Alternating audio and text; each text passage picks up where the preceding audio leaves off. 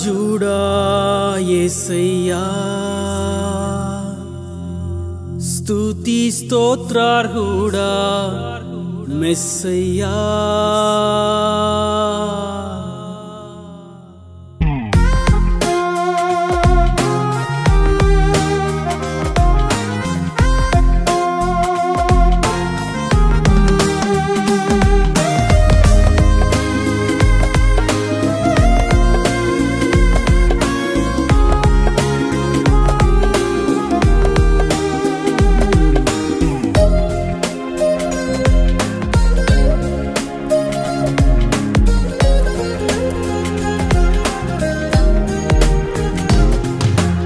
ఆరాధనా నీకే స్తుతి ఆరాధనా నీకే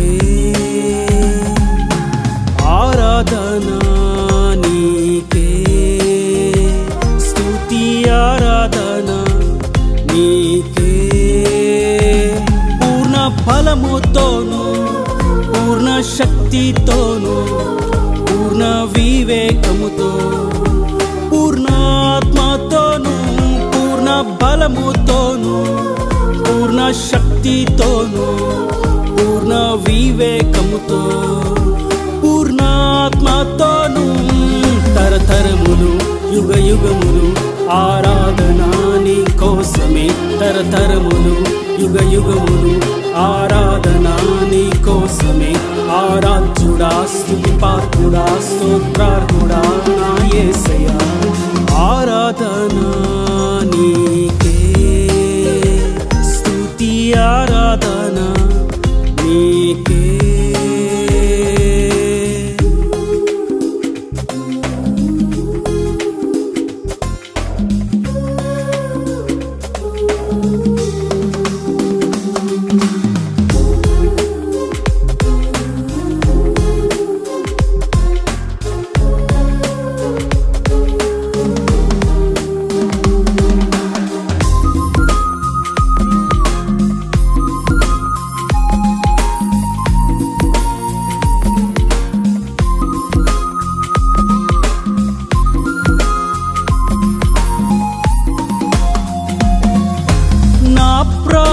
ప్రియుడవు నీవే నా సర్వ సంపద నీలో నా ప్రాణ ప్రియుడవు నీవే నా సర్వ సంపద నీలో నా హృదయ ధ్యానం నా ఆత్మగానం నా ఆశ తీరం యేసు నీకే నా హృదయ ధ్యానం నా ఆత్మగానం నా ఆశ తీరం యేసు నీవే ఆరాధనా నీకే స్తుతి ఆరాధనా నీకే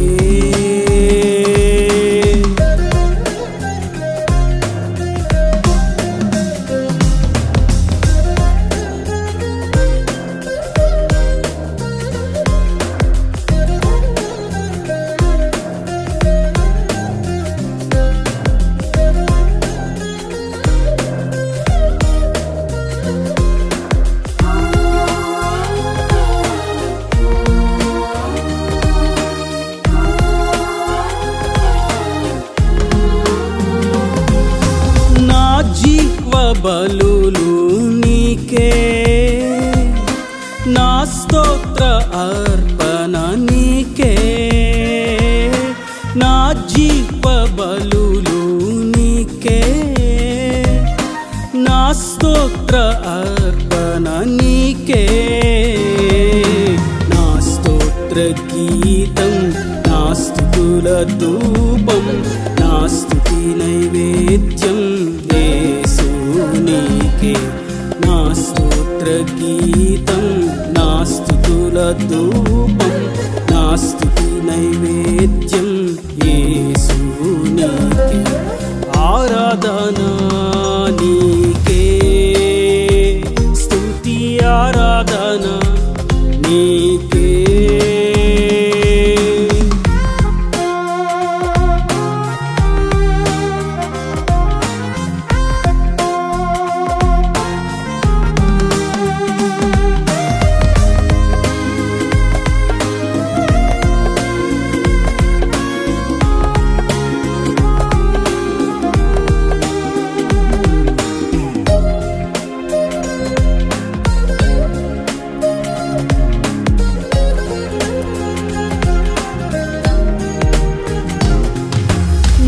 హృదయ కోవెల నీకే,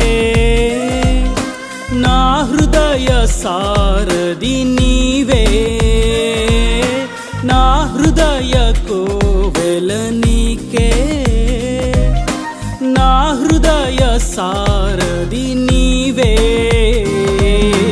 నా బలము నీవే, నా ఘనము నీవే, నా దాగు చోటు యేసు నీవే, నా బలము నీవే, నా ఘనము నీవే, నా దాగు చోటు యేసు నీవే. ఆరాధన నీకే, స్తుతి ఆరాధన నీకే.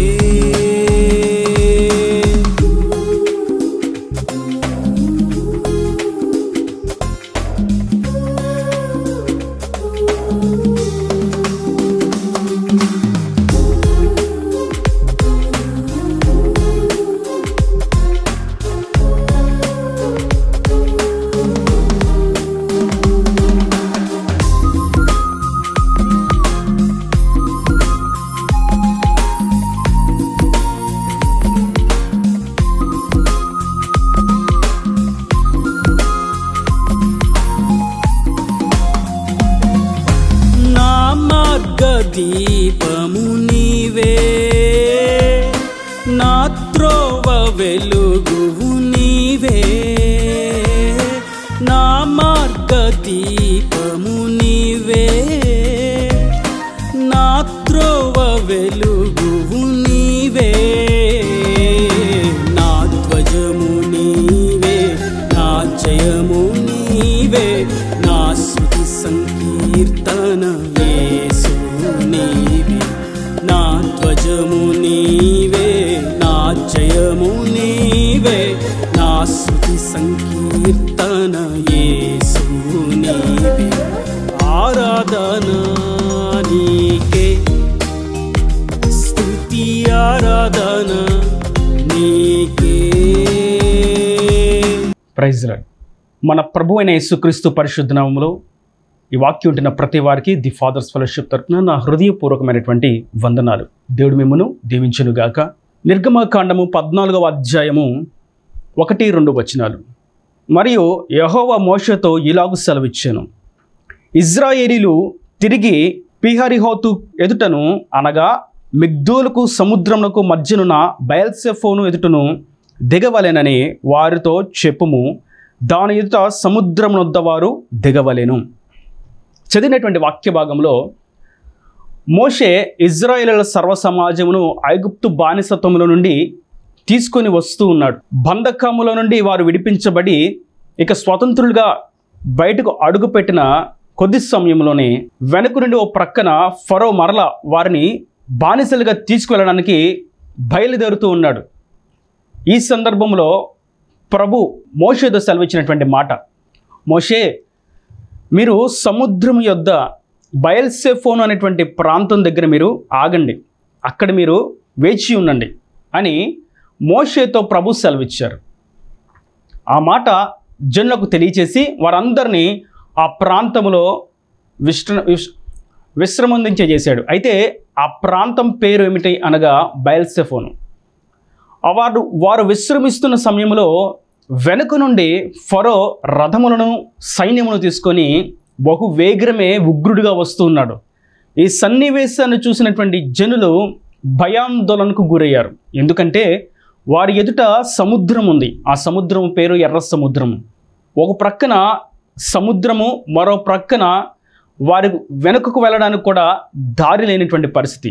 మరో ప్రక్కన కుడి ఎడమలకు కొండలతో వారు ఎటువైపుకు వెళ్ళడానికి లేకుండా వారు బంధించబడినట్లుగా నిలిచిపోయారు. ఈ సందర్భంలో వారు బహు భయాక్రాంతులయ్యారు. అయితే వారిని నడిపిస్తున్నటువంటి ప్రభు స్పష్టంగా తెలియజేశారు, బయల్సెఫోను దగ్గర మీరు ఆగండి, మీరు అక్కడ వేచి ఉండండి, మీరు కాస్త విశ్రమించండి అని ప్రభు సెలవిచ్చారు.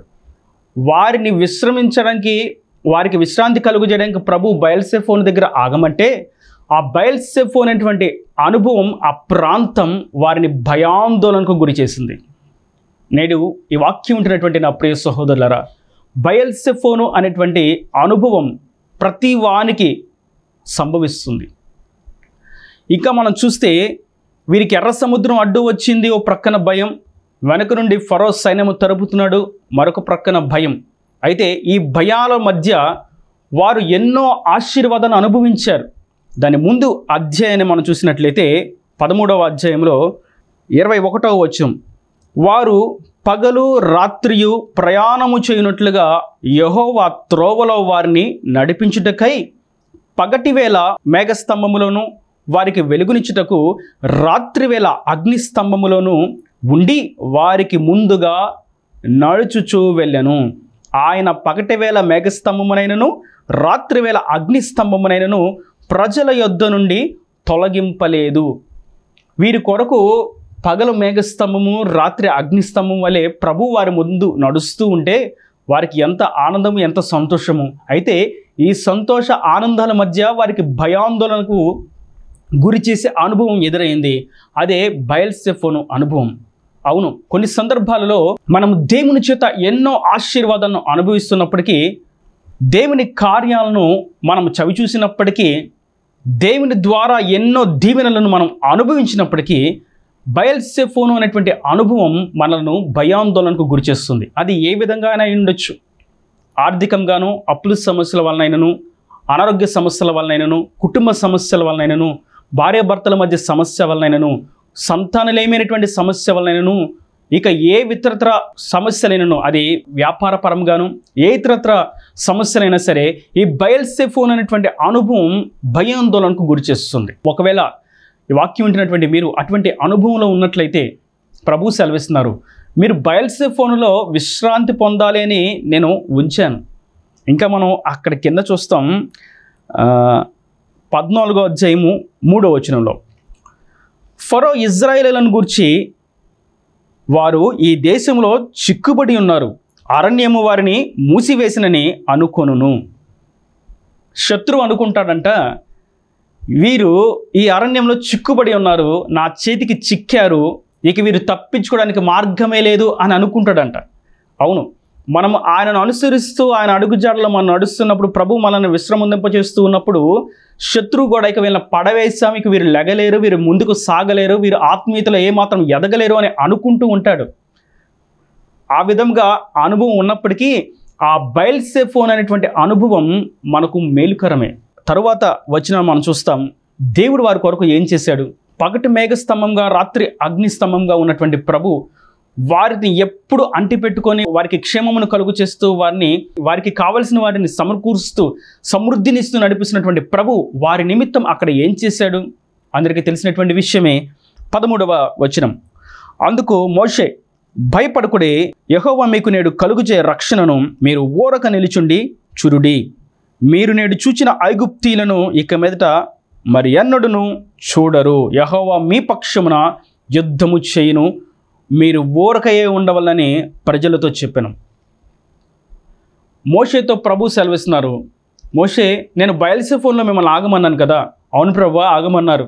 కానీ ఉన్నటువంటి పరిస్థితులు, ఈ బయల్సెఫోను అనేటువంటి అనుభవం మమ్మల్ని బాగా దుఃఖానికి గురి చేస్తుంది ప్రభు అని ప్రభుతో అన్నప్పుడు, ప్రభు అంటున్నాను, నువ్వేం భయపడొద్దు, జనులకు కూడా భయపడొద్దు అని చెప్పు. నేను మీ మధ్య ఒక అద్భుతమును చేస్తున్నాను. ఇటువంటి అద్భుతం మునుపెన్నడూ మీరు చూడనిది, మరియు ఇప్పుడు మీరు చూసినటువంటి శత్రువు మరెన్నడూ మీకు కనబడడు. అటువంటి గొప్ప అద్భుతమైన భీకరమైన పరాక్రమమైనటువంటి కార్యం మీ కొరకు నేను చేయబోతున్నానని మోషే ఎదుట నీ కర్రను సముద్రం వైపు చాపమన్నప్పుడు, మోషే ప్రభువు నామమును బట్టి ఆయన వాక్కు సెలవు చేత ఆ కర్రను చాపినప్పుడు సముద్రము 2 పాయలుగా చీల్చబడింది. బయల్సెఫోను అనుభవంలో దుఃఖక్రాంతులు ఉన్నటువంటి ప్రజలకు ఒక గొప్ప ఆశ్చర్యమైనటువంటి సంగతి వారి కన్నులెత్తి తటస్థించింది. ఆ ఆరిన నెలలో చీల్చబడినటువంటి సముద్రపు మార్గములో వారు క్షేమంగా అద్దరికి చేరిపోయారు. నేటి వాక్యం ఉంటున్నటువంటి నా ప్రియ సహోదరులారా, ప్రభు కూడా మన పక్షమున ఇటువంటి అద్భుతములు చే సంసిద్ధుడు, శక్తి కలిగిన వాడు. మనం అనుకుంటాం, ఇక ఇక్కడతో ఈ జీవితం ముగించబడింది, ఇక్కడతో ఇక మేము ఎదగలేము, ఇక ఇక్కడతో మేము ముందుకు సాగలేము, ఇక ఇక్కడతో మా బంధువులు మమ్మల్ని విడిచిపెట్టేశారు, ఇక ఇక్కడతో నేను ఏమాత్రం కూడా అడుగు ఒక్కటి కూడా ముందుకు వేయలేను, నేను ఇక దిగజారిపోయాను, అణగార్చి వేయబడిపోయాను, నేను అభివృద్ధి చెందలేను, ఆశీర్వాదం పొందలేను, ఇక నేను ఆ వ్యాపారంలో ఏమాత్రం లాభాన్ని చూడలేను అని మనం అనుకుంటూ ఉంటే ప్రభు అంటున్నారు, ఈ బయల్సెఫోను అనేటువంటి అనుభవం నా యొక్క పరాక్రమమును చూపించడానికే. శత్రులు మన ముందు దండు దిగినట్టు వచ్చి మనల్ని చంపడానికి ప్రయత్నం చేస్తున్నప్పటికీ ఆ బయల్సెఫోను అనుభవంలో దేవుని యొక్క శక్తి సామర్థ్యతలు కనపరచబడడానికే, మనలను బలహీనపరచడానికి, దుఃఖపరచడానికి, అణిచివేయడానికి కానే కాదు. అవును, ఆయన మన కొరకు ఎటువంటి అద్భుతమైన శక్తిమంతుడు. ఒకసారి భార్య భర్తలు వారు కొన్ని సమస్యలను బట్టి వేరు చేయబడ్డారు. అయితే కొన్ని సంవత్సరాల తర్వాత భర్తకి మారు మనసు పొందుకోవాలనేటువంటి ఒక మాట వినపడింది. బాప్తిసం తీసుకుంటే సరిపోదు, దేవుని యొక్క మనసును పొందుకోవాలి, దేవుని యొక్క ఆత్మను పొందుకోవాలన్న సంగతిని గుర్తించాడు. భార్య ఆ అనుభవంలో మునిపే ఉన్నది. అయితే కొన్ని సంవత్సరముల తర్వాత ఆ విషయము తెలుసుకున్నటువంటి భర్త దేవుని సన్నిధిలో మారు మనసు పొంది పరిశుద్ధాత్మతో నింపబడి తన పాపమును సరిచేసుకుంటూ తన భార్య యొద్దకు తిరిగి వచ్చాడు. భార్య అనుకుంటుంది, ఈ బయల్సెఫోను అనేటువంటి అనుభవంలో ఇక నా భర్త రాడు, ఇక నన్ను ఎవరు చేర్చుకోరు, నేను నా వారందరికీ దూరం అయిపోయాను, నేను ఒంటరిదానను అని దుఃఖిస్తూ విలపిస్తూ ప్రార్థన చేస్తుంది. దేవుని మీద ఆశ పెట్టుకుని ఉన్నది, ఆయన మీద విశ్వాసం ఉంచి ఉన్నది, ఆయన కార్యం కొరకు నిరీక్షణ కలిగే విశ్వాస జీవితంలో ముందుకు సాగిపోతున్నది. దినములు గడుస్తున్న కొలది ఆమె యొక్క భర్త ఒకరోజు అనుకోకుండా ఆమె ఏ దుఃఖంలో ఉందో అదే దుఃఖంలో ఉంది, నిరాశ నిస్పృహలో ఉన్నది. ఆమె యొక్క భర్త వస్తాడు అనేటువంటి ఆలోచనే లేదు. కానీ ఆమె యొక్క భర్త ఆమెను వెతుక్కుంటూ గుమ్మం తాకి తలుపు తట్టినప్పుడు ఆమె తలుపు తీసి ఎంతో ఆశ్చర్యానికి గురైంది, ఎంతో సంతోషించింది. కారణం, బయల్సెఫోను అనేటువంటి అనుభవం మనందరికీ తటస్థిస్తుంది. ఆ సందర్భంలో మనం కృషించిపోవడానికి, అణగార్చివేయబడ్డానికి, కృంగిపోవడానికి, వెనకడుగు వేయడానికి కానే కాదు, ఆ స్థితిలో మనం దేవుని మీద ఇంకా ఎంత విశ్వాసం ఉంచుతున్నాం అనేటువంటి ఒక పరీక్ష కొరకు మనకు అనుమతించబడింది అన్నటువంటి సందర్భాన్ని మనం గుర్తించవలసిన వారమై ఉన్నాము. ఆమె యొక్క భర్త ఆమె వద్దకు చేరి ఆమెను తన చెంత చేర్చుకున్నప్పుడు, తీసుకుని వెళ్ళినప్పుడు ఆమె యొక్క సంతోషానికి హద్దులు లేవు. దేవుడు మన కొరకు ఎప్పుడు కూడా మనం ఊహించని గొప్ప కార్యాలు చేస్తాడు. మన జీవితంలో ఇట్లా జరుగుతుంది అన్నటువంటి ఆలోచన లేనటువంటి గొప్పమైనటువంటి కార్యములు ఆయన మన కొరకు చేస్తాడు. ఇక్కడ ఇజ్రాయెల్ పక్షాన ప్రభు చేసింది అదే. ఫరో అనుకుంటున్నాడు, ఇక వీరిని పట్టుకున్నాము, వీరు మన చేతికి చిక్కారు, వీరు ఎట్టూ వెళ్ళలేరు అనేటువంటి ఒక నీచమైనటువంటి ఆనందంతో ఉన్నాడు. కానీ ప్రభు ఫరో ఎదుట తన జనుల కొరకు అద్భుతమైనటువంటి మార్గాన్ని తెరిచాడు. ఇంకొక విషయాన్ని మనం ధ్యానించినట్లయితే ఆ సముద్రం ఇజ్రాయేలీలకు మాత్రమే త్రోవగా నిలబడింది, కానీ శత్రువుల దండుకు మాత్రం అది ఒక ప్రళయంలాగా మిగిలిపోయింది. ఆ ప్రళయం వారిని ముంచివేసింది, ఆ నీటిలో మునిగిపోనట్లుగా చేసింది, వారి జీవితం అక్కడితో అంతరించిపోనట్లుగా చేసింది. తన జనులకు మాత్రమే సముద్రమైన రహదారిగా మార్చబడుతుంది తప్ప తన జనులను ద్వేషించే శత్రులకు అది ప్రళయమే. వాడనుకుంటాడు మనల్ని ముంచివేశానని, కానీ మన కొరకు దేవుడు అద్భుతము చేస్తాడు. నేటి వాక్యం ఉంటున్నటువంటి నా ప్రియ సహోదరులారా, ఎటువంటి బయల్సెఫోను అనేటువంటి అనుభవంలో మీరు ఉన్నారు? ప్రభు మీ కొరకు అద్భుతం ఉంచేవాడు. అయితే ఒకటి, మనం ఆయన మీద విశ్వాసం ఉంచవలసిన వారమై ఉన్నాము, ఆయన మీద ఆధారపడవలసిన వారమై ఉన్నాము. ఈ విషయాన్ని మనం ఒక్కసారి క్రొత్త నిబంధనలు చూసినట్లయితే మత్తయి సువార్త 4:15 నజరేతు విడిచి జెబూలూను నఫ్తాలి అనే దేశముల ప్రాంతములలో సముద్ర తీరమందలి కపెర్నహూమునకు వచ్చి కాపురముండెను. జెబూలూను దేశమును నఫ్తాలి దేశమును యొర్దానునకు అవలనున్న సముద్ర తీరమున అన్యజనులు నివసించు గలిలయయు చీకటిలో కూర్చుండి ఉన్న ప్రజలను గొప్ప వెలుగు చూచిరి. మరణ ప్రదేశములలోనూ మరణ ఛాయలలోనూ కూర్చుండి ఉన్న వారికి వెలుగు ఉదయించెను. అవును, మనము చీకటిలోనూ మరణాంధకారంలోనూ నిలిచిపోయాం. మన ఎదుట ఉన్నటువంటి పరిస్థితులు మనల్ని ఆ విధంగా కృషింపచేసి ఉన్నవి. అది ఆర్థికంగాను, అనారోగ్యపరంగాను, పరిస్థితుల వ్యతిరేకమైనటువంటి ప్రతికూలమైనటువంటి స్థితిగతులను బట్టి మనం నిలిచిపోయాం. అయితే మన కొరకు దేవుడు ఒక ఆశ్చర్యమైనటువంటి వెలుగును ఉద్భవింపచేశాడు. ఆయనే ప్రభువైన యేసుక్రీస్తు. మనం ఆయనను చూస్తూ ముందుకు సాగినట్లయితే సముద్రమైన మనకున్న రహదారి, అరణ్యమైన మనకి సమృద్ధి కలిగినటువంటి వనమే. నిరాశ నిస్పృహలో వ్యాసారైనటువంటి జీవితానికి ఆయనే ఆదరణ, ఆశ్రయము. ఎందుకంటే మనం ఆ వెలుగును చూస్తూ సాగిపోతున్నాం కాబట్టి మన కొరకు ఆయన సకల సమృద్ధిని కలుగు చేస్తాడు. అంత మటుకు కాదు కానీ శత్రువు మరన్నటి మన మీద దాడి చేయకుండా, వాడు అసలు మనకు కనపడకుండా వాడిని జయించేటువంటి శక్తిని మనకిస్తాడు. ఇక్కడ మనం గుర్తించవలసినటువంటి పాఠ్యం ఏదనగా, ఇప్పుడు మీరు చూసినటువంటి శత్రువును మరన్నడూ మీరు చూడరు అని ప్రభువు చెప్పారు. దాని అర్థం మనం ఇప్పటి వరకు అనుభవించినటువంటి ఈ సాతాను యొక్క తంత్రాలను, శోధనలను మనం జయించే, అధిరోహించేటువంటి శక్తిని మనకిస్తాడు. అవెన్నడూ మన మీద ఇక జయము చూడలేవు.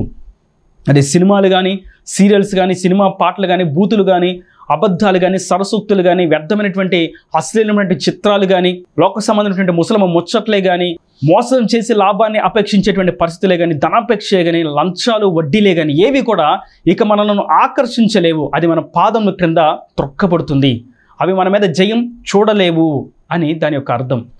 మనం ఆయన మీద విశ్వాసం ఉంచి నిజమైన వెలిగినటువంటి క్రీస్తును చూస్తూ మనం ముందుకు సాగినప్పుడు దేవుడు ఈ లోకం మీద మనకు జయమిస్తాడు. అవి మన పాదముల క్రింద త్రొక్కబడతాయి.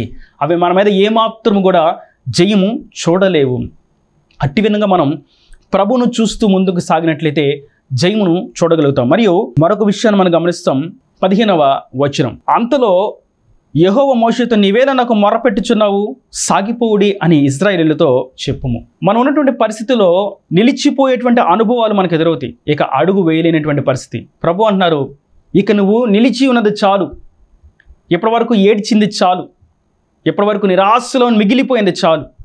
ఇక మీద నేను మందిరానికి వెళ్ళలేను, నేను బాహాటంగా ఆయన స్తుతించలేను, నా ముఖానికి సిగ్గి తగి ఉన్నదని నీవు తలదించుకున్నది చాలు, ఇక నీవు సాగిపో. ఎందుకంటే నీ కొరకు నేను ఒక గొప్ప అద్భుతము చేస్తున్నాను. అది నీవు ఊహించినటువంటి గొప్ప కార్యం. ఒక సహోదరికి శరీరంలో ఒక బలహీనత, వివాహమైనటువంటి కొన్ని నెలలకు బిడ్డలు పుడతారని ఎదురు చూస్తున్నటువంటి ఆ యొక్క జంటకు ఒక చేదు అనుభవం ఎదురైంది. గర్భఫలం గురించి ఆశిస్తూ ఉంటే ఆ సహోదరి యొక్క కడుపులో ఒక గడ్డ ఉన్నది అని వైద్యులు నిర్ధారించారు. దీనివలన నీ శరీరానికి ఇబ్బంది, నీ ప్రాణానికి హాని, కాబట్టి ఆపరేషన్ చేసి దీన్ని తీసివేయాలని చెప్పారు. ఆ సహోదరి, ఆ కుటుంబం ఎంతో దుఃఖముతో ఉంది. అయితే ఒకటి వాస్తవం, ఆయనను నమ్ముకున్నటువంటి జనుల కొరకు ఆయన ఏదైనా చేస్తాడు. వారు హాస్పిటల్లో ఆపరేషన్ కొరకు వెళ్తూ సర్జరీ కొరకు వెళ్ళినప్పుడు, వారు మరలా స్కాన్ చేసినప్పుడు చివరిగా వారికి అర్థమైనటువంటి విషయం, ఇది ఒక శరీర బలహీనమైనటువంటి పరిస్థితి కాదు, ఈమె గర్భంలో ఒక శిశువు ఉన్నాడు అని. ఆ యొక్క సంతోషము ఆ బిడ్డ జీవితంలో ఇక ఎప్పుడు అనుభవించాల. ఎందుకంటే బిడ్డల కొరకు ఎదురు చూసినటువంటి కుటుంబంలో ఒక చేదు అనుభూతి ఎదురైంది. ఆ చేదు అనుభూతితో దుఃఖంలో నిరాశ నిస్పృహలో ఉన్నటువంటి కుటుంబానికి మరలా ఒక ఆశాజ్యోతి వలె ఒక శుభవార్త వినబడినప్పుడు ఆ సంతోషానికి హద్దులు లేవు. అవును, మన ప్రభు మన కొరకు ఏదైనా చేస్తాడు. లోకమంతా ఇది నీకు జరగదు అని చెప్పినా మన కోసమైన ఆ కార్యాన్ని చేస్తాడు.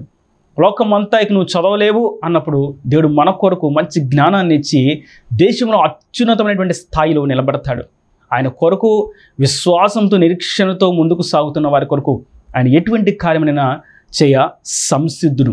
మనం నిలిచి ఉన్నది చాలు, ఇక నేను ప్రార్థన చేయలేను అన్నటువంటి స్థితిలో మనం లెగవాలి. ఇక నేను మందిరానికి వెళ్ళలేను అన్నటువంటి స్థితిలో ఉంటే మనం లెగవాలి. ఇక నేను కీర్తనను పాడలేనటువంటి స్థితిలో నుంచి లెగవాలి. ఇక నేను సాక్ష్యాన్ని చెప్పలేను అన్నటువంటి స్థితిలో నుండి లెగవాలి.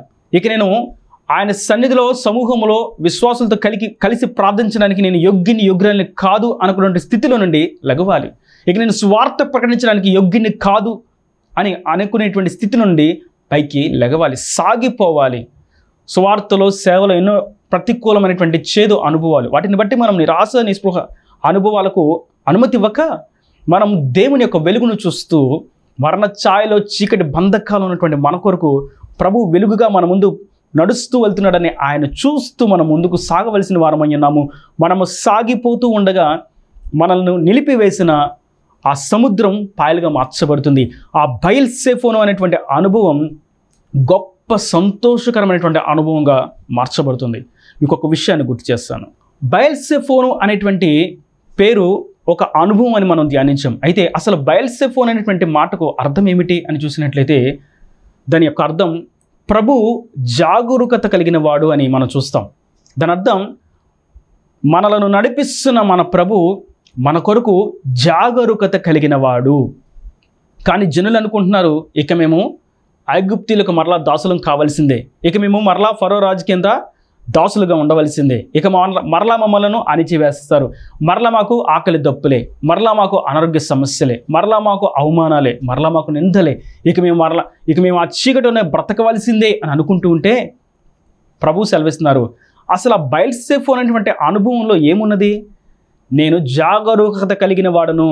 ఆ అనుభవంలో ఆ నిరాశ నిస్పృహలు ఉన్నటువంటి మీకు నేను ఎంత మీ కొరకు ఆలోచిస్తున్నానో చూపించే ఒక అనుభవం. అవును, మన ప్రభు మనల్ని గూర్చి జాగరూకత కలిగిన వాడు, మనల్ని మర్చిపోయే దేవుడు కానీ కాదు.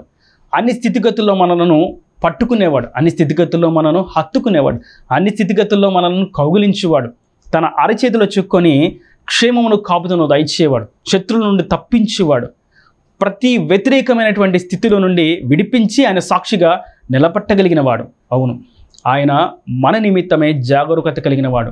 ఇంకో విషయాన్ని మీకు గుర్తు చేస్తాను.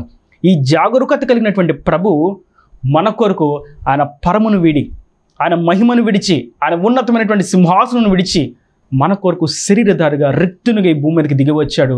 మన కొరకు శిలువలో మరణించాడు. మన కొరకు మరణ ముళ్ళును విడిచి పునరుద్ధానుడయ్యాడు. ఆయన మీద మనం విశ్వాసం ఉంచినట్లయితే, ఆ వెలుగును మనం చూసినట్లయితే మన కొరకు ఆయన అద్భుత కార్యాలు చేస్తాడు. పాపాలు ఎన్నో, ఇక ఈ డ్రగ్స్ సమస్య నుండి, ఈ మాదక ద్రవ్యాల నుండి, ఈ వ్యభిచార కోపంలో నుండి ఇక నేను బయటకు రాలేను, ఇక ఈ లోక సంబంధించినటువంటి ధనాపేక్ష సంబంధించినటువంటి పరిస్థితుల్లో నుండి నేను బయటకు రాలేను, ఈ దొంగతనం నుండి బయటకు రాలేను అనుకున్నటువంటి అనుభవాల నుండి ప్రభు నిశ్చయంగా విడిపిస్తాడు. ఆయన వైపుకు మనం చూసినట్లయితే, ఆ వెలుగు యొద్దకు మనం వచ్చినట్లయితే అట్టి విధంగా మనం ఆయన యొద్దకు వస్తాం. ఆయన మనకు ఇప్పటి వరకు మనల్ని అధిరోహించి మనల్ని ఓడిస్తూ జయిస్తున్నటువంటి పాపాలను మనము జయించే శక్తిని మనకిస్తాడు. మనం వాటిని అణగదొరికేటువంటి శక్తిని మనకిస్తాడు. అవి మరన్నడు మన మీద జయం చూడకుండా ఉండే విధంగా మనకు ఆయన అభిషేకం ఇస్తాడు. ఆయన మనలను నడిపిస్తాడు. కనుక అట్టి విధంగా ఈ బయల్సెఫోన్ అనేటువంటి అనుభవంలో మనం భయాందోళనకు గురవుతున్నప్పటికీ, శత్రువు మనల్ని గురించి సంతోషిస్తూ ఉన్నప్పటికీ మన కొరకు ఆయన జాగరూకత కలిగిన వాడు, మన కొరకు ఆయన అద్భుతములు చేయవాడు. మరణాంధకారంలో చీకట్లో ఉన్న మన కొరకు ఆయన శరీరధారికి భూమికి దిగి వచ్చాడు. ఆయనను చూస్తూ మనం సాగిపోతున్నప్పుడు ఎర్ర సముద్రమైన అగ్నిగుండమైన మన కొరకు రహదారిగాను, చక్కటి దారిగాను, క్షేమకరమైనటువంటి త్రోవగాను మార్చబడుతుంది. అట్టి విధంగా ఆయనను చూస్తూ ముందుకు సాగుదాం, గమ్యమునకు చేర్చబడదాం. ఈయన దేవుని మాటలో ప్రతి వాని హృదయంలో ఇరుకట్టు ఫలింపు చేయను గాక. ఆమేన్. God bless you. తలలో వంచి కన్నులు మూసినట్లయితే మీ కొరకు చిన్న ప్రార్థన. ప్రేమ స్వరూపి కరుణ కటాక్షములు తండ్రి, నా ప్రభు ఈ వాక్యం ప్రతి వారిని మీ నిండాలకు దీవించండి. బయల్సెఫోన్ అనేటువంటి అనుభవంలో నిరాశ నిస్పృహలో నిలిచిపోయిన వారిని ఇక సాగిపోవాలని మీరు సెలవిచ్చారు. నీ జన్ల కొరకు మీరు అద్భుతములు చేస్తారని మీరు సెలవిచ్చారు. మరణాంధకారంలో చీకటిలో నిలిచి ఉన్న వారి కొరకు మీరు వెలుగుగా ఉదయించి సర్వసత్యం నడిపించడానికి మీరు ఉన్నారని, నేను చూస్తున్న వారి కొరకు ఎటువంటి కార్యమైన చేసే శక్తి కలిగిన వాడని మీరు ప్రత్యక్షమైనందుకు నీకు స్తోత్రం. వాక్యం ప్రతి వారిని మీరు అట్టి విధంగా ఆశీర్వదించి దీవించండి. ఇంకను ప్రభావ ఈ పరిచయం ద్వారా ఇంకా అనేకులు నీ రక్తంలో కడగబడినట్టుగా, నీ రాజ్యానికి వారసున్నట్టుగా సహాయం అనుకునించండి. ఇంకను ఈ టీవీ పరిచయం వారిని కూడా దీవించమని, ఇంకను అనేకులు రక్షణ పొందినట్లుగా ఈ యొక్క పరిచయం మీరు నాన్న వృద్ధిని నింపచేయమని, అక్కడ రాజ్యాన్ని మమ్మల్ని అందరూ సిద్ధపరచమని సుపరిశుద్ధ నామమున ప్రార్థించి వేడుకుంటున్నాను తండ్రి. ఆమేన్. ఆమేన్.